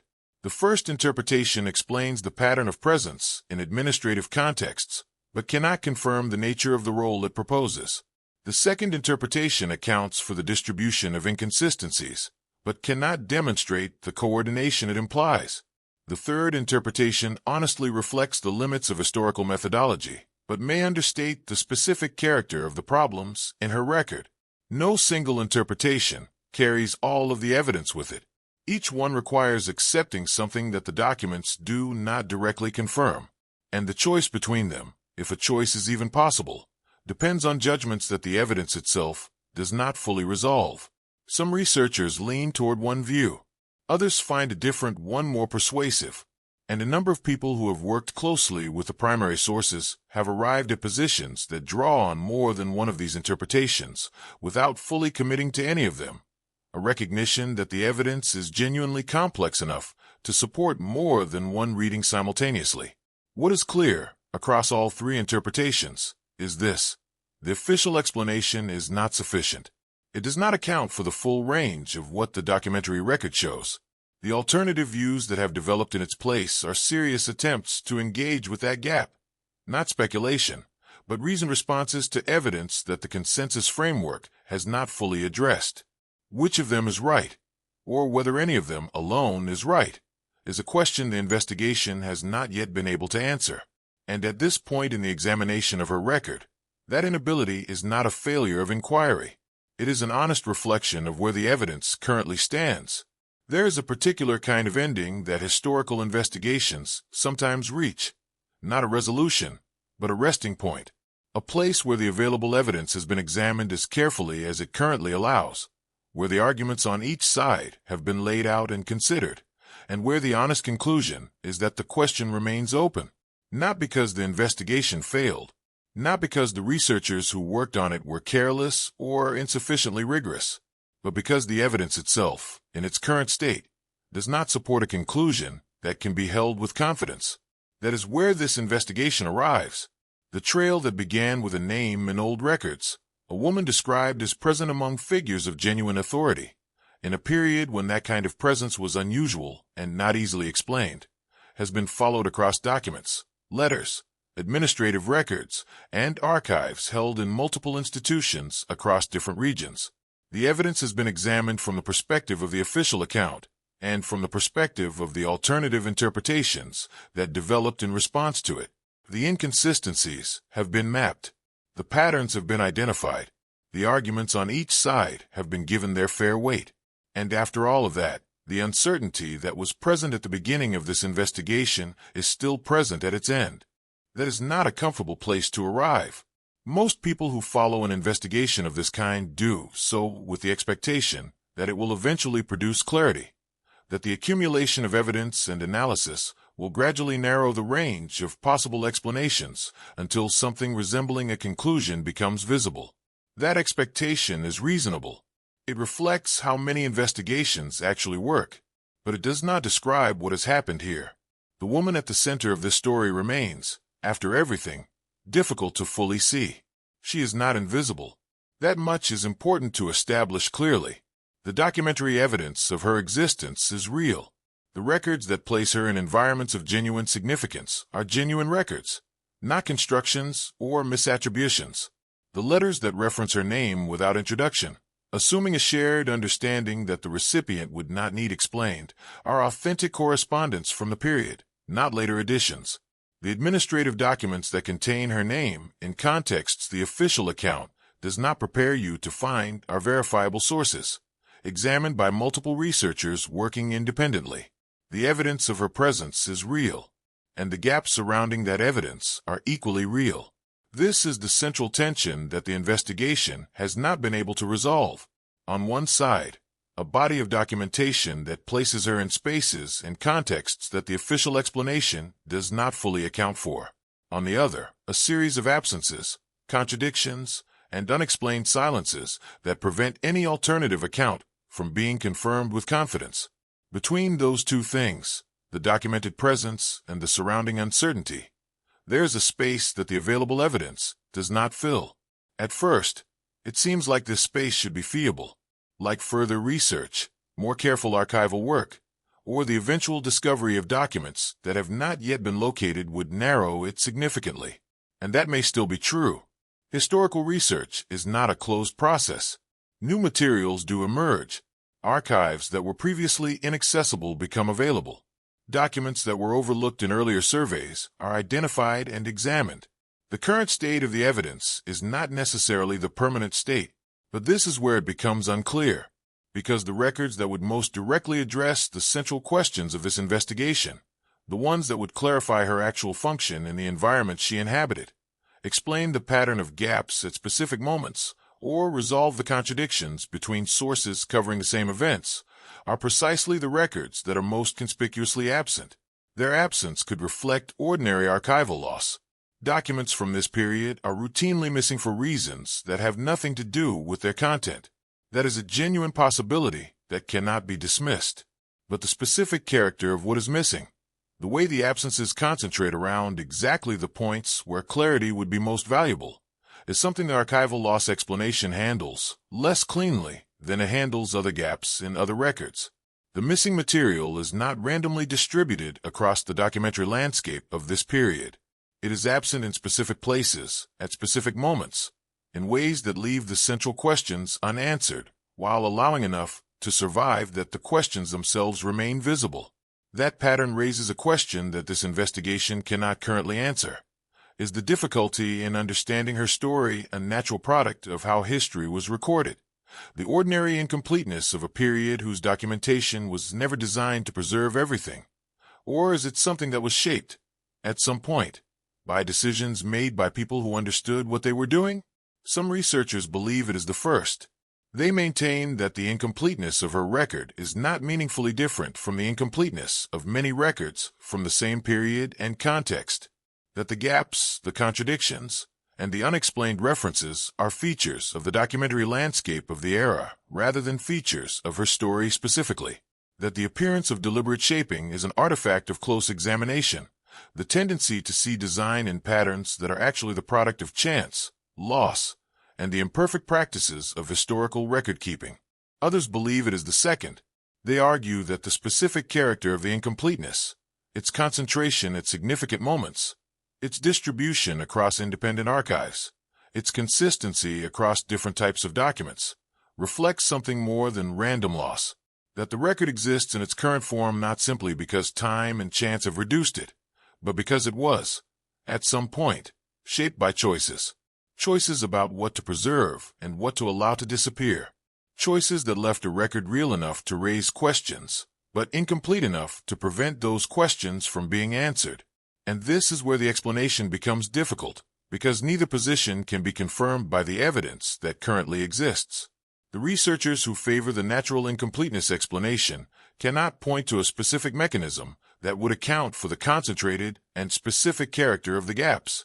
They can point to the general incompleteness of the period's records, but that general incompleteness does not fully explain the particular shape of the absences in her case. The researchers who favor the managed incompleteness explanation cannot identify the specific agents, decisions, or processes that would have produced the result they describe. They can point to the pattern, but the evidence of how the pattern was created is precisely what the record does not contain.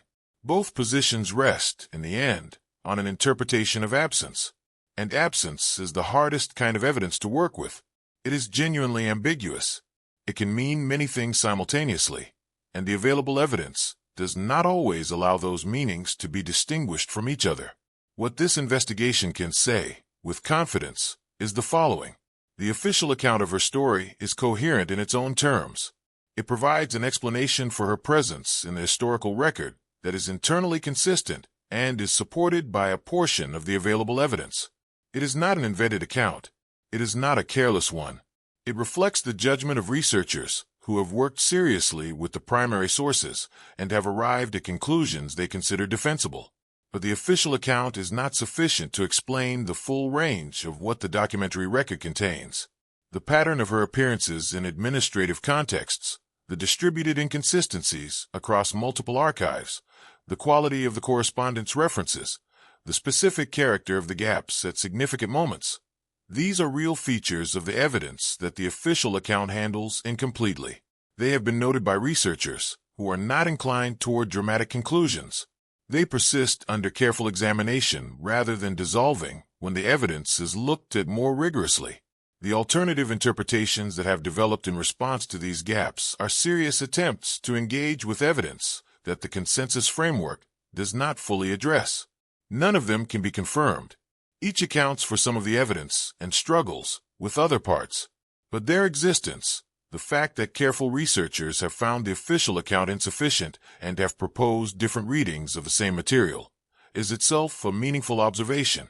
It reflects the genuine complexity of the evidence and the genuine inadequacy of any single framework to contain it. However, the timeline of this investigation does not fully match the expectation that further research will soon resolve what currently remains open. The central questions have been visible for long enough and have been examined carefully enough that if the existing evidence were sufficient to answer them, an answer would likely have emerged by now. The fact that it has not suggests either that the necessary evidence no longer exists, or that it has not yet been found, or that it exists in collections that have not yet been made fully available to researchers. All three of those possibilities remain open, and none of them can currently be ruled out.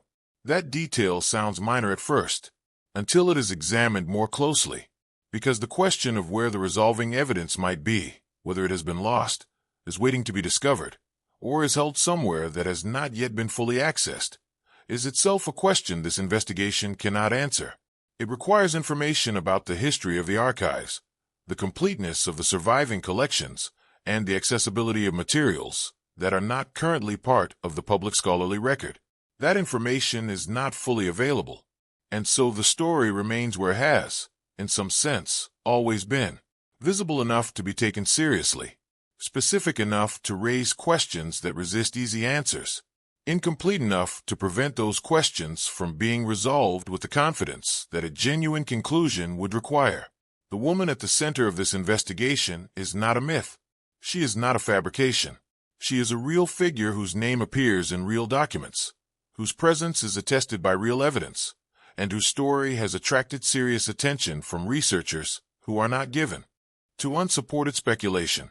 Her record is genuinely unusual. The questions it raises are genuinely unresolved. Whether the incompleteness of that record is an accident of history, the ordinary consequence of time, loss, and imperfect preservation, or something else entirely, is a question that this investigation, having followed the evidence as far as it currently allows, is not able to close. That openness is not a failure of the investigation. It is an honest reflection of where the evidence stands, and it is, perhaps, the most accurate thing that can currently be said about a story that has always been easier to approach than to fully understand. There is a category of evidence that historical investigations sometimes overlook, not because it is unavailable, but because it does not fit neatly into the frameworks that formal research tends to apply. This category is not made up of official documents or administrative records. It is not correspondence between powerful figures or formal accounts written by people who understood they were contributing to a permanent record. It is something quieter than all of that. It is the evidence left behind by people who were present in the same environments, during the same periods, without being the primary subjects of any formal documentation. These are the witnesses who were never directly asked. In her case, this category of evidence has received less attention than the official documents and the correspondence that has already been examined. The focus of the investigation, for understandable reasons, has concentrated on the records that most directly address her story, the letters that mention her name, the administrative documents that place her in unexpected contexts, the accounts that describe or omit her presence at specific events. Those are the sources that most directly engage with the questions the official account leaves open. But alongside those sources, in the same archives and collections, there exist records generated by people who inhabited the same world she did, people who were present in the environment she moved through, who produced their own documentation for their own purposes, and who occasionally left traces of what they observed without necessarily understanding the significance of what they were recording. These peripheral witnesses are worth examining, not because they provide direct answers. In most cases, they do not, but because they occasionally offer an angle on the central questions that the more focused documentation does not provide. They saw the same world from a different position, and what they recorded, without intending to contribute to any investigation, sometimes sits in an unexpected relationship to what the formal record shows. At first, that seems like a minor addition to the existing evidence. But there is a problem. When the records left by these peripheral figures are examined alongside the primary documentation, certain details emerge that do not appear in the official account and have not been fully addressed by the alternative interpretations. Small observations, passing references, the kind of detail that a person records without emphasis precisely because, to them, it was not remarkable, but which, read in the context of everything else the investigation has uncovered, carries a weight that the original writer would not have anticipated. These details do not resolve the central questions. They add texture to them. They place the existing evidence in a slightly different light, one that makes certain aspects of the pattern more visible, and raises new questions about aspects that had previously seemed settled. This is where it becomes unclear, because some of what these peripheral sources record does not align with either the official account or the alternative interpretations in a clean way. It does not confirm the consensus, but it does not straightforwardly support any of the proposed alternatives either. It sits in the gaps between existing explanations, adding to the body of evidence without fitting neatly into any of the frameworks that have been used to organize it. Researchers who have examined these peripheral sources carefully have noted this quality. The records left by people who were present but not central to the formal documentation tend to reflect a world that is slightly more complicated than any single account of it captures. They contain observations made without the awareness that those observations would ever matter to anyone outside the immediate context in which they were written, and that unself-consciousness is precisely what makes them worth taking seriously. Researchers who have examined these peripheral sources carefully have noted this quality. The records left by people who were present but not central to the formal documentation tend to reflect a world that is slightly more complicated than any single account of it captures. They contain observations made without the awareness that those observations would ever matter to anyone outside the immediate context in which they were written. And that unself-consciousness is precisely what makes them worth taking seriously. One of the persistent difficulties in studying the formal record surrounding her is that the documents most directly concerned with her story were, in many cases, written with some awareness of how they would be read. Formal correspondence between significant figures carries an implicit understanding that it might be preserved and reviewed. Administrative records are created with the knowledge that they serve a purpose beyond the immediate moment. Even personal accounts, when written by people who understood their own position, tend to reflect some degree of awareness about how the account would function. Peripheral sources do not always carry that awareness. A passing reference in a document written for an entirely different purpose, a financial record, a travel account, a routine communication between people of modest position, is typically free of the self-consciousness that shapes more formal documentation. The person writing it was not thinking about how their words would be read by future researchers. They were recording something that seemed relevant to their immediate situation. That freedom from self-consciousness occasionally produces observations that the more formal record does not contain, not because those observations were deliberately excluded from the formal record, but because the formal record was generated with different purposes and different audiences in mind. What a peripheral witness recorded without emphasis might be something that a formal document would never have addressed at all, not because it was hidden, but because it was not the kind of thing that formal documentation was designed to capture. However, the timeline of these peripheral references does not always fully match what the formal record suggests. In certain cases, the passing observations left by peripheral figures place her in situations that the formal record either does not cover or describes differently. Not dramatically differently, not in ways that overturn the existing picture entirely, but in ways that add a detail here, complicate a timeline there, or suggest a context that the formal documentation does not acknowledge. These small misalignments are individually easy to set aside. Any single peripheral source might simply be mistaken, or might be referring to a different person, or might be describing a situation that has been misread across the distance of time and translation. Peripheral sources are not always reliable. They reflect individual observations made without full knowledge of the larger context. But when several peripheral sources, from different positions and different periods, produce observations that share the same quality of slight misalignment with a formal record, the individual unreliability argument becomes less satisfying. The question shifts from whether any single peripheral source is accurate to why, collectively, they tend to describe a world that does not quite match the official picture.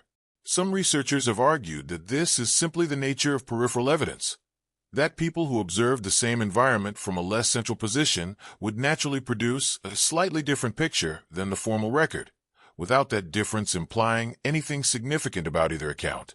Two people can observe the same situation from different positions and record genuinely different things, both of them accurate from their respective vantage points. Others have suggested that the peripheral sources deserve more systematic attention than they have received, that the passing references and incidental observations they contain represent a layer of the evidentiary record that has been underexamined, not because researchers have ignored it deliberately, but because the formal documentation has naturally absorbed most of the available attention. The question of what a more systematic examination of peripheral sources would reveal is one that the investigation has not yet fully addressed. Some work has been done in this area. Some peripheral sources have been identified and examined in the context of her case, but the field of material that could potentially be relevant, all the documentation generated by people who inhabited the same world she did, without being the primary subjects of formal record-keeping, is considerably larger than what has been carefully reviewed. And this is where the explanation becomes difficult, because the peripheral evidence, taken as a whole, does not produce a clear picture. It adds observations that complicate the existing account without resolving its central questions. It raises details that sit uncomfortably between the official version and the alternatives without confirming any of them. And it does so through sources that are individually uncertain enough that building a strong argument on any single one of them would be methodologically problematic. What it suggests, without confirming, is that the world she moved through was observed by more people than the formal record directly addresses, and that those observers, recording what they saw for their own purposes, occasionally captured something that the more formal documentation did not. What exactly they captured, and what it means for the larger questions of her story, is something the investigation has identified as a genuine gap in the existing research. The witnesses who were never directly asked may still have something to contribute. Their records exist. Some have been examined, others have not, and among the ones that have not yet been carefully reviewed, there may be observations, written without emphasis, recorded without awareness of their future relevance, that would add a dimension to this investigation that the formal record alone cannot provide. Whether those observations would clarify the central questions or simply deepen them is something that cannot currently be known. But the existence of this layer of evidence, present, partially examined, and not yet fully integrated into the investigation, is itself a fact worth noting. The story has witnesses that have not yet been fully heard, and what they recorded, in documents that were never written with this investigation in mind, remains an open part of a case that has not yet found its resolution.